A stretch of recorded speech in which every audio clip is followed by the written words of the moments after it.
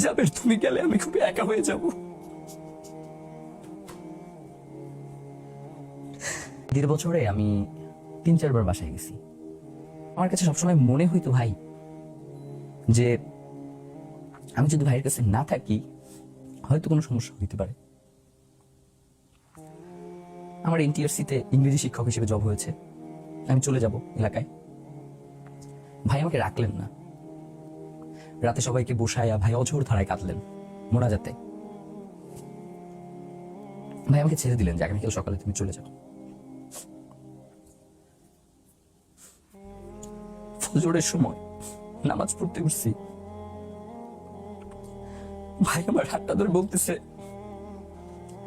জাবের তুমি গেলে আমি খুব একা হয়ে যাব।